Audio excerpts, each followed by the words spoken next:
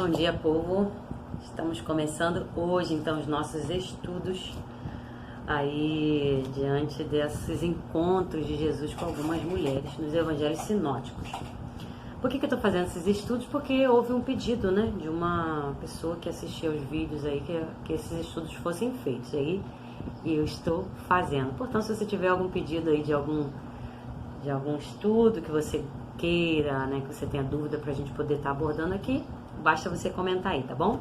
Eu li esse livro aqui, Mulheres na Vida de Jesus, e eu me baseei bastante nele, e também no outro livro, Jesus e a Sociedade do Seu Tempo, que fala sobre o contexto ali político, social e religioso no primeiro século na Palestina, tá bom? Só para a gente poder dialogar melhor com o texto, porque o que é muito importante a gente saber. Todo o texto que é documentado aqui nos evangelhos, eles foram primeiro vividos, né? Eles foram vividos e devido à sua importância, eles foram comunicados, passados adiante através de uma tradição chamada tradição oral.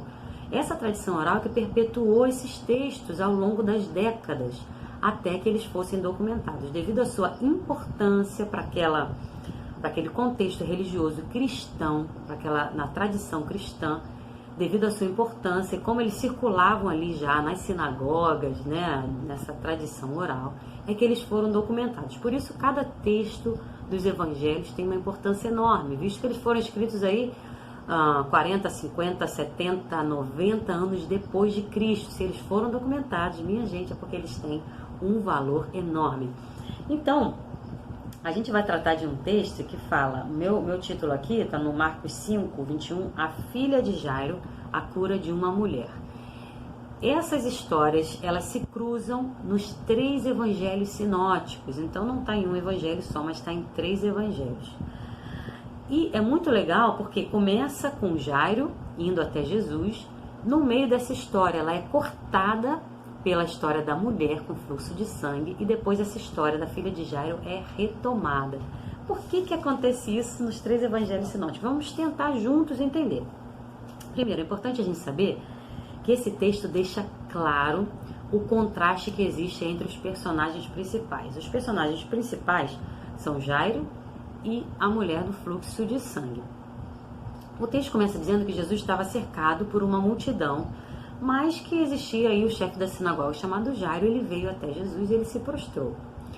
E Jesus foi junto com ele, se prostrou pedindo ajuda lá para sua filha. Ele estava desesperado porque sua filha estava à beira da morte. E diz que a resposta de Jesus a esse pedido dele é que Jesus foi junto com ele até a casa dele para curar a filha, né? Nesse caminho aparece uma mulher. Diz que uma mulher, no versículo 25, e certa mulher que havia 12 anos tinha um fluxo de sangue, gastou tudo quanto tinha nos médicos, ouviu falar de Jesus, veio por detrás dele e tocou nas suas vestes. Porque dizia, então somente eu tocar suas vestes eu sararei. E aí ela foi curada, e depois volta a história do Jairo, né? Quando ela foi curada, Jesus fala para ela assim: filha, a tua fé te salvou, lá no versículo 34. Vai em paz e ser curada desse teu mal. Vamos pensar nos contrastes aí que o autor do texto aponta para nós. Primeiro, Jairo tinha nome, a mulher não tinha. Nome ali na cultura judaica era algo de extrema importância, porque determinava a identidade do indivíduo. Estão aí as genealogias que não nos deixam mentir. Como era importante você saber de onde que veio aquela história daquela pessoa para saber quem ela era. Então essa mulher era uma pessoa invisível, sem identidade, sem nome. Jairo era uma pessoa que tinha um nome e ele tinha uma posição. Diz que ele era o chefe da sinagoga, ou seja, alguém de muita influência, de muita importância, de muito poder. Tanto é que ele, apesar de toda a multidão que cercava Jesus, ele não teve dificuldade de chegar diante de Jesus. Ele chegou e se prostrou diante dele, fez o seu pedido. Já essa mulher, o texto diz que ela, no verso 27, veio por detrás, ou seja, é muito provável que as pessoas abriram o espaço, já que existia uma multidão, abriram espaço para que Jairo tranquilamente chegasse até Jesus. Já essa mulher, que não tinha identidade, que sofria desse fluxo de sangue, ela provavelmente foi totalmente empurrada para fora, né, para longe do mestre. Como pode então uma pessoa impura querer se aproximar do mestre. Nessa cultura, aí se a gente ler Levíticos 15, a partir do verso 19, a gente vai ver que uma mulher que tem fluxo de sangue é uma mulher que é impura, é uma mulher que não se enquadra aí em nenhum padrão social, né? Na verdade, ela é um fardo. Tem um texto aqui que eu consegui. Ela era um fardo à existência, né? Então, uma mulher que nesse período menstrual, né, que toda mulher tem, ela ficava afastada de todo mundo, né? Onde ela tocasse se tornava impura, onde ela sentasse se tornava impura. Se alguém tocasse nela, depois tinha que se lavar, e depois só de 7 dias que essa pessoa estava pura de novo. Então essa mulher, não diz a idade dela, não diz o nome dela, diz que ela tinha esse fluxo de sangue há 12 anos, ou seja, há 12 anos ela era excluída, marginalizada, segregada socialmente. Essa mulher, ela não fazia parte do convívio social, nem religioso, nem familiar, ou seja, uma mulher que muito sofrida. E aí diz que ela pensou, se só tocar nele, eu vou ser curada. Então ela foi por detrás, tocou, e foi o que aconteceu.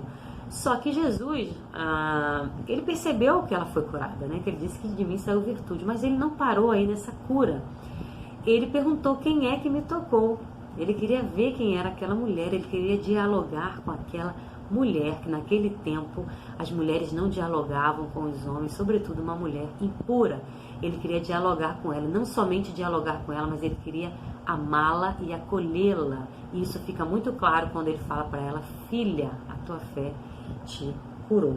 Do mesmo modo, ele seguiu a Jairo. Jairo veio até ele e ele falou, e diz assim, e foi com ele, né? E aí ele chegou, né? Quando ele acabou de curar essa mulher, outras pessoas que estavam ali também auxiliando a Jairo. Essa mulher era uma mulher sem auxílio, mas Jairo era um homem cheio aí dos auxílios, né, das pessoas. Eles vieram e falavam, tua filha já está morta, não adianta mais já importunar aí o mestre, né? E Jesus convida Jairo a deixar o medo pela fé. Então ele diz, não temas, crer somente. E é muito legal que Jesus, ele não parou por aí, ele entrou naquela casa, né? Ele diz que a menina dormia, as pessoas riram, e ele entrou com os 3 discípulos e pediu para que a menina se levantasse, pediu para que dessem de comer. Então ele ressuscitou a filha do Jairo. Imaginem a alegria desse homem quando imaginou que a sua filha não voltaria à vida. De repente ela ressuscita. Jesus fala, dá ela de comer, porque ela não está morta, ela vive. E vocês imaginam a mesma alegria dessa mulher que havia 12 anos estava ali jogada às margens de uma rua, de uma sociedade invisível, sem poder encostar e tocar em ninguém, distante talvez dos seus irmãos, dos seus pais, dos seus filhos, dos seus avós, né? E de repente Jesus a reintegra socialmente, a reenxerta a vida.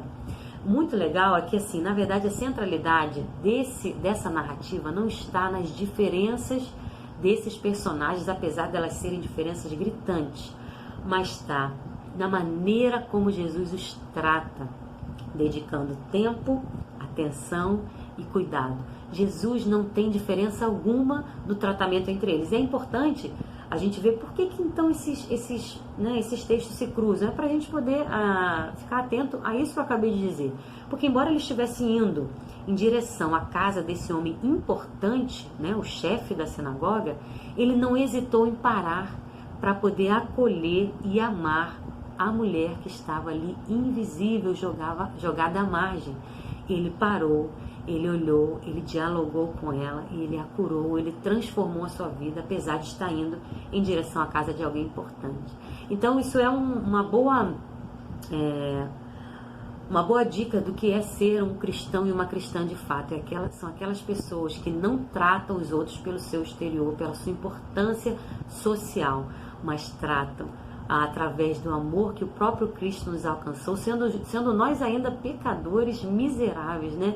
Tratar a todos com igualdade, apesar das suas diferenças, tratar a todos com o mesmo amor, com o mesmo cuidado, não excluir aqueles que a gente acha, meu Deus, esse aí é um impuro, não merece estar junto com o mestre, porque o mestre olha a esses também. Então que a gente possa ser tocado por essa mensagem e tocada também, porque Jesus incluiu a mulher, incluiu aquela que estava marginalizada, incluiu aquele homem e a sua filha e restaurou as suas vidas de forma maravilhosa. Que sejamos esses a tratar a todos com igualdade, com o mesmo amor, tá bom? Bom final de semana, um beijo, fui!